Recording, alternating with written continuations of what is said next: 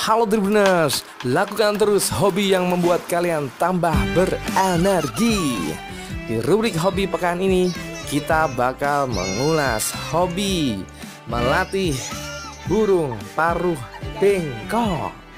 Yes, burung-burung paruh bengkok ini bisa dilatih untuk terbang bebas, kemudian kembali lagi ke nyar.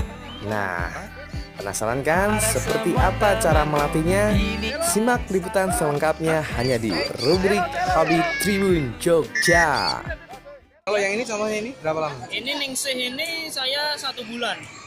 Ya saya kasih nama Ningsih, terus saya panggil namanya kalau setiap kasih makan. Terus terutama kita kalau latihan awal-awal itu pakai namanya pointer atau titik poin dia turun. Itu bisa berupa jaket, bisa berupa topi yang warnanya sama.